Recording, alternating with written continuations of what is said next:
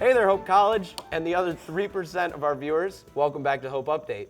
It's the show that just keeps going for funsies. I'm known as Duncan McLean. And they call me Nicole Metzler. We're back after a week-long hiatus due to winter break. We've got updates for you on our borderline competent vice president, SNL's 40th anniversary, and a quick sports update. I'm not even gonna ask. Let's just get right to it. Well, I guess we're off. Notorious big league bad boy Alex Rodriguez offered his sincerest apologies to Yankee fans and the Major League Baseball world for all the lies and deceit and performance-enhancing drugs he's pulled during his career and over the course of his ban from baseball. In a handwritten letter, he asked fans to try and focus on the baseball from now on. Baseball, the sport that A-Rod hasn't participated in since September 2013. Breaking news. New Jersey's smartest man gets a DWI and almost gets away with it. After crashing his car while intoxicated, Brian Byers reportedly returned to the crash site and poured 2 5-gallon buckets of water into the intersection to give the appearance of dangerous driving conditions. He was only caught when a police officer watched him do it. Speaking of idiots, Vice President Joe Biden stuck his foot in his mouth this week, again, when he discussed his friendly relationship with the abundance of Somalian cabbies.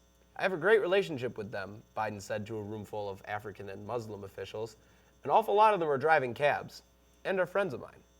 The rest of the presidential cabinet have debated and put it number 4 on their top 10 Biden blunders BuzzFeed article.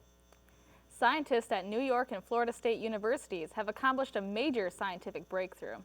Using fluid dynamics and a large university grant, they determined that it takes 1,000 licks to get to the center of a Tootsie Pop. Hashtag science? Actor and general eccentric figure Gary Busey hit a woman in a grocery store parking lot early this week with his car. There is no evidence of drugs or alcohol being involved. He just really looks like that. And now introducing our new segment, Ranting with Nicole. Take it away there, Nick. Thank you, Duncan. So because last week we didn't have a show, we did not get a chance to talk about the Grammys. And the Grammys were awesome for me because I'm a big fan of Beck. And of course, that causes a lot of controversial conversation to come back up again because of Beyonce losing to Beck for Album of the Year. Now this was rightfully done, and I praise all of those people who voted because Beck deserved that album so much more than Beyonce did. Ooh, wow, Beyonce pulled off all of this because she released it without telling anybody, and all these videos came out without telling anybody, and oh, look at all the sales that she had. Right, well, Grammys are not necessarily always given to those who sell the most. It's not all about, the money. So, looking at artistry, it is clear to see why Beck won Album of the Year. Also, can we talk about Beck's performance with Chris Martin? Yes, Chris Martin of Coldplay. It was the highlight of my life, and it was awesome. And someone needs to give me the audio file for that. Also, back to Album of the Year. So Beck played 14 instruments and produced this album, Morning Phase, all by himself. Yes, he had engineers in the background or whatever, but who doesn't? But what did Beyonce do? She sang into a microphone. She wrote like maybe 5% of her lyrics. She had like 27 bajillion people writing her lyrics for her album. How many did Beck have? He had himself. So I think it's clear to see why Morning Phase is so much better than Beyonce. Also, who comes out with a self-titled album this far late into their career? Like, that's not a thing. So Beyonce's clearly full of herself, and granted she can be because apparently everybody worships her now, and she's, God or something, as I've heard on many Tumblr posts. And also, Kanye West is so bad. Beck did not deserve to have to go through all of that. And he was all on stage like, where are you going, man? Come back up here. I can take you. But then Kanye's all like, no, I'm a chicken. I'm just going to go sit back down. And everybody thought it was a joke. But then it ended up not being a joke. And then, Kanye is just a terrible human being. And so, point of the matter is, last thing I'll say, Beck is a genius. And if you haven't heard Morning Phase, look it up. I think we're going to go to Taylor with entertainment.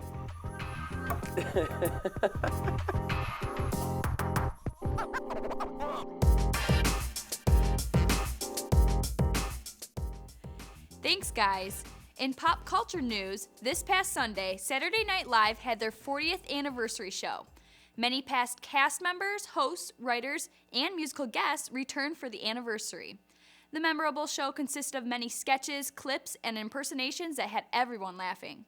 If you missed a show, be sure to check out the clips on various entertainment sites.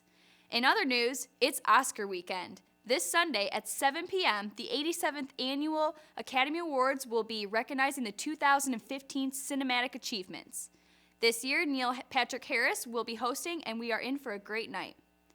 Also, for those of you who are interested in fashion, E! News' Ryan Seacrest and Juliana Rancic will be talking to your favorite stars as they hit the red carpet. Be sure to check it out. That's all for entertainment. Back to you, Duncan and Nicole. Thanks, Taylor, for that entertaining entertainment segment. Now it's time for Twitter time. We got our question out a tad bit late this week, but received a response nonetheless. Yes, that's true. We asked you, in light of SNL's 40th anniversary episode, what would you do for 40 years? Superfan at Troy2Go got a response in. He said, #TwitterTimeTweets. We appreciate the dedication, Troy, and will not forget you, even if we last for 40 years. Indeed, we won't. Now, we take it over to Sarah Gould with a Hope Sports update.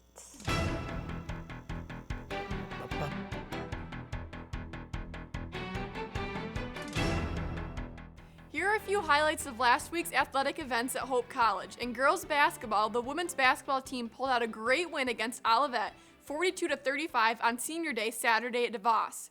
Their record is now 21-2 overall and 13-1 in the MIAA.